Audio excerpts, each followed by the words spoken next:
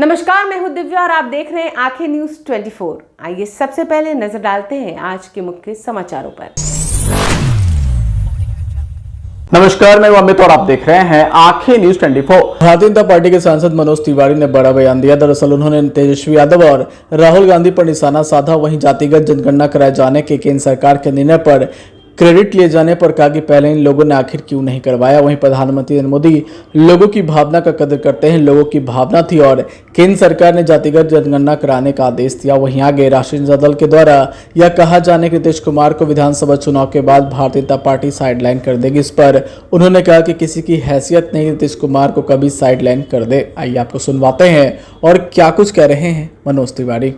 देखिए, प्रधानमंत्री जी करवा रहे हैं, अगली जनगणना के साथ ही जातीय जनगणना भी होगी।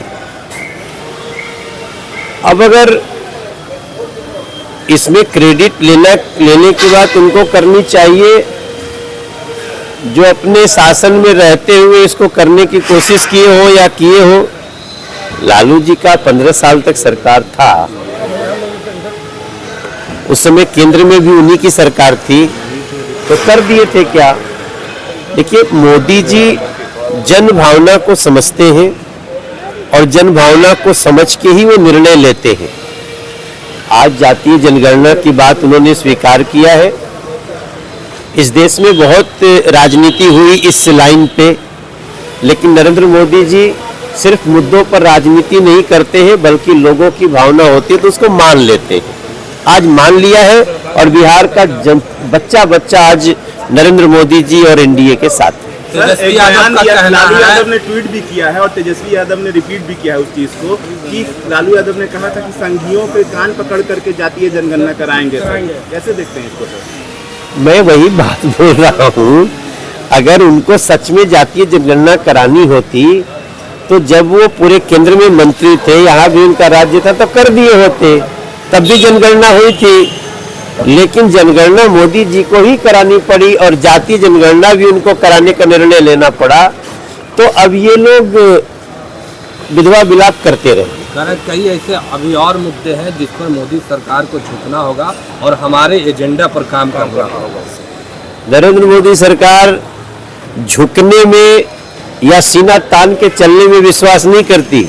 नरेंद्र मोदी जी की सरकार जनता की भावनाओं को समझ के निर्णय लेने में विश्वास है। चुनाव है सर, क्या कहिएगा? लगातार महागठबंधन की बैठक भी हो रही है, लेकिन कोई नतीजा देखने को नहीं मिल रहा सर। कांग्रेस और आरजेडी के लोग अलग अलग देखिए, उनकी नीयत नहीं है। महागठबंधन और जो गठबंधन जो भी है, उनकी नीयत नहीं है बिहार को सजाने की।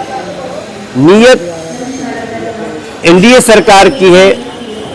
हमारे पीछे जो बिल्डिंग दिख रहा है, ये भी तो एक स्वरूप है। ये अभी क्यों हो रहा है? प्रत्यक्षम किम प्रमाणम। आप यहाँ से चले, अभी मैं आ रहा हूँ बैरिया से, उधर गया रोड से, आपको थोड़े समय मुश्किल से साल भर के अंदर ही हम लोग मेट्रो शुरू कर देंगे पटना में। ये सब काम कब होता है? जब नीयत होती है। केवल आप लोगों को वोट बैंक बना करके भ्रमित करके वोट लेने के लिए खाली स्टेटमेंट देंगे, तब तक बिहार का भला नहीं होगा। अब एनडीए सरकार में बिहार सज रहा है, आगे बढ़ रहा है। चिराग पासवान का कहना है कि विधानसभा चुनाव लड़ेंगे और बिहार में मुख्य भूमिका निभाएंगे। उनके सांसद हैं अरुण भारती, उनका भी कहना है कि हम लोग चाहते हैं चिराग पासवान विधानसभा चुनाव लड़े बिहार में। वो उनकी पार्टी का निर्णय है। एनडीए के वो बहुत महत्वपूर्ण घटक है। बाकी उनकी जो इच्छा होगी, वो अभी कैबिनेट मंत्री है, बाकी आगे उनकी जो इच्छा होगी उनकी पार्टी की इच्छा है। हमारे फोरम पे जब आएगा एनडीए के साथ, तो हम लोग उनका जो निर्णय होगा उसको स्वीकार करें। लगातार महागठबंधन के लोग कह रहे हैं नीतीश कुमार को लेके कि उनको साइडलाइन कर दिया जाएगा आने वाले चुनाव में बीजेपी के जरिए से। एक बार चुनाव हो जाए फिर। देखिए, नीतीश कुमार जी ना तो कभी साइडलाइन थे और ना तो कोई शक्ति उनको साइडलाइन कर सकती। निशांत को लेकर सवाल उठा रहा है नीतीश कुमार के बेटे हैं, लोग कह रहे हैं निशांत को राजनीतिक में आना चाहिए और बिहार का कमान संभालना चाहिए। ये जेडीयू का मैटर है। हमारा देखिए, हमनी के सबकर उद्देश्य क्या होके के चाहिए कि हमनी के बिहार के बदहाली दूर होके, और वो बहुत हद तक आज बदलाव हो रहल बाटे। एगो और 5 साल हम बिहार के लोगन से सिर्फ इतना कहब, हम आपके मनोज तिवारी आपके बच्चा बानी, भले दिल्ली से हम सांसद बानी, सेवा में तो रौरे बानी, हम रौरे कारण हम वहाँ भी बानी।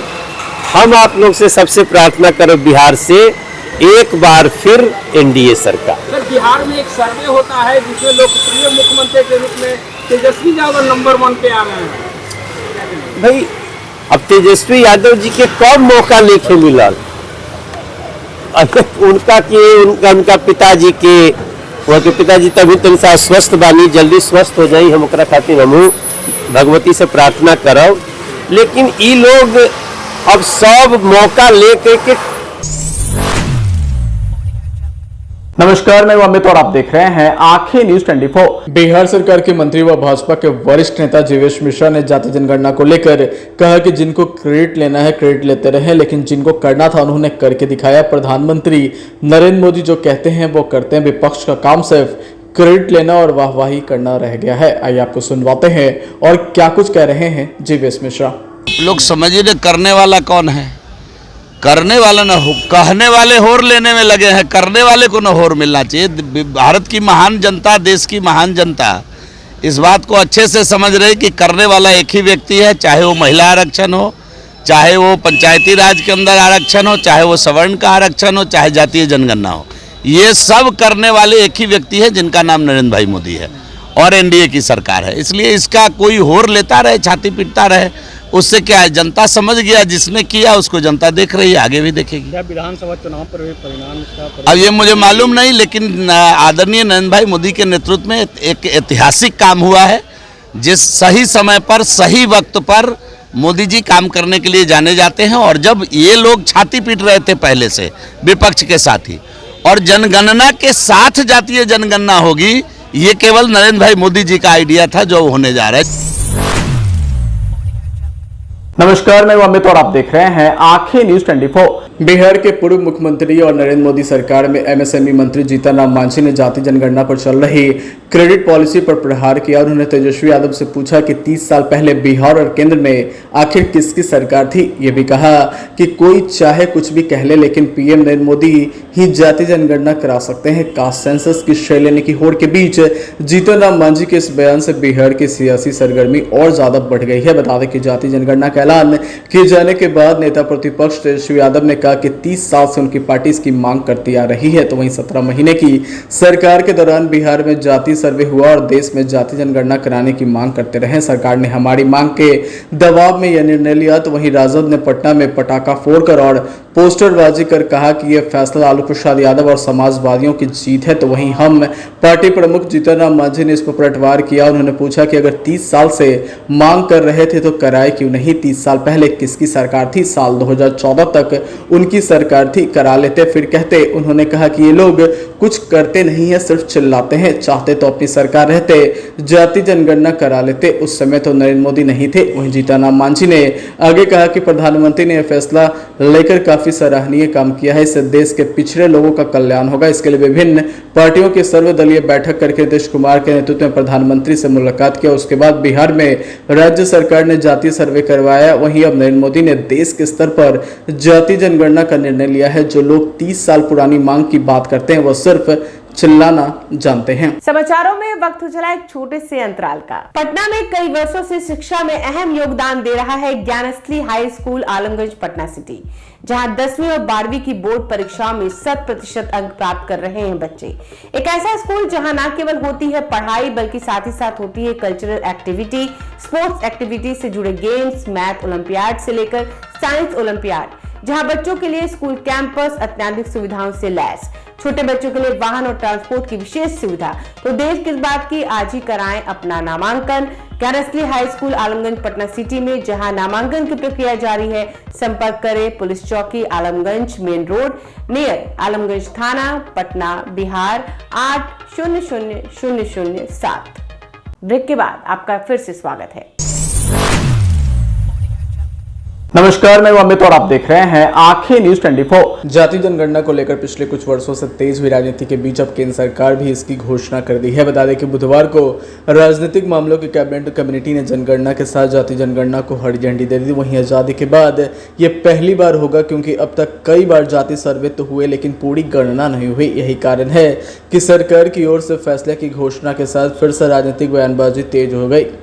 तो वहीं मामले में जनसुराज पार्टी के सूत्रधार राजनीतिक रणनीतिकार प्रशांत किशोर ने नवगछिया में कहा कि जाति जनगणना तो केंद्र सरकार अभी घोषित की है, बिहार में जाति जनगणना 2 से 3 वर्ष पूर्व हो चुका है। वहीं आगे प्रशांत किशोर ने यह भी कहा कि यहाँ पर तो सवाल यह पूछा जाना चाहिए कि जो जाति जनगणना हुआ उसमें जो नतीजे निकले उस पर सरकार ने क्या किया। यही भाजपा और नीतीश की सरकार है जिन्होंने कहा था कि 94 लाख गरीब परिवारों को 2-2 लाख रुपये दिया जाएगा, लेकिन किसी को 1 रुपया भी नहीं मिला। जाति जनगणना में ये बताया गया है कि सिर्फ 3% दलित समाज के बच्चे 12वीं पास कर रहे हैं, 5% से कम अति पिछड़ा समाज के बच्चे 12वीं पास कर रहे हैं। तो सरकार ने उस पर कोई कार्रवाई तो की नहीं। जाति जनगणना करने से समाज का सुधार नहीं होगा। दरअसल जाति जनगणना में जो आंकड़े आएंगे उस पर योजना बनाइएगा, उस पर काम कीजिएगा, तब न सुधार होगा। किताब खरीदने से आदमी विद्वान नहीं होता, किताब को पढ़ना पड़ेगा तब न सुधार होगा। प्रशांत किशोर इतने पर ही नहीं रुके, बल्कि आगे उन्होंने ये भी कहा कि दलितों की गणना तो 78 सालों से हो रही है, मुसलमानों की गणना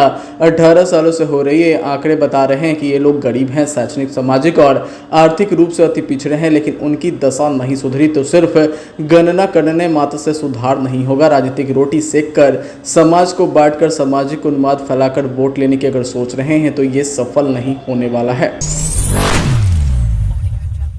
नमस्कार, मैं अमित और आप देख रहे हैं आंखें न्यूज 24। उत्तर भारत में 1 मई से मौसम का मिजाज बदलने वाला है। आंधी बारिश, कई इलाकों में तापमान गिरने की संभावना जताई गई है। वहीं स्काईमेट वेदर के एक रिपोर्ट के मुताबिक उत्तर भारत के मैदानी इलाकों में 1 मई से बारिश का आगाज हो सकता है। पंजाब, हरियाणा, राजस्थान और दिल्ली में बारिश की संभावना जताई गई है। वहीं अप्रैल महीने में इन राज्यों में प्री मानसून की गतिविधियां काफी कम रही। बता दें कि स्काईमेट वेदर की रिपोर्ट के मुताबिक आने वाले 1 या 2 दिनों में मौसम में कुछ खास बदलाव नहीं होने वाला, लेकिन 1 मई से पंजाब से लेकर हरियाणा, राजस्थान, दिल्ली के कई इलाकों में बारिश संबंधी गतिविधियां देखने को मिल सकती है। स्काईमेट वेदर की रिपोर्ट के मुताबिक 1 मई को हिमालय क्षेत्र में एक नए पश्चिमी विभोज की एंट्री होने वाली है। इसके अलावा राजस्थान और पंजाब पर एक साइक्लोन सर्कुलेशन बनने की भी संभावना जताई गई है। एक टफ लाइन पश्चिम से पूर्व की ओर बन रही है, इसके कारण मौसमी गतिविधियां तेज हो जाएंगी। नई मौसमी सिस्टम के कारण आंधी बारिश की संभावना काफी बढ़ जाएगी। बता दें कि स्काईमेट के मुताबिक 1 मई से राजस्थान में बारिश संबंधी गतिविधियां शुरू हो सकती है। इसके बाद 2 मई को पंजाब, हरियाणा और दिल्ली में भी बारिश और आंधी की संभावना जताई गई है। तो वहीं 3 मई से 8 मई तक बारिश पूरे क्षेत्र में बड़े स्तर पर फैलेगी। इस दौरान तेज हवाएं, धूल भरी आंधी, गरज चमक के साथ बारिश की संभावना है। वहीं स्काईमेट के मुताबिक 1 मई से राजस्थान में बारिश संबंधी गतिविधियां शुरू हो जाएंगी।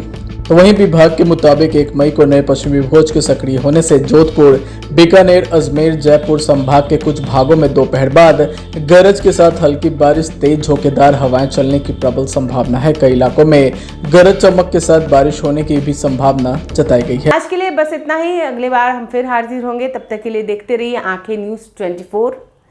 अगर आपने अभी तक हमारे चैनल को सब्सक्राइब नहीं किया है तो हमारे चैनल को जल्द से जल्द सब्सक्राइब करें, लाइक करें, शेयर करें और कमेंट करें।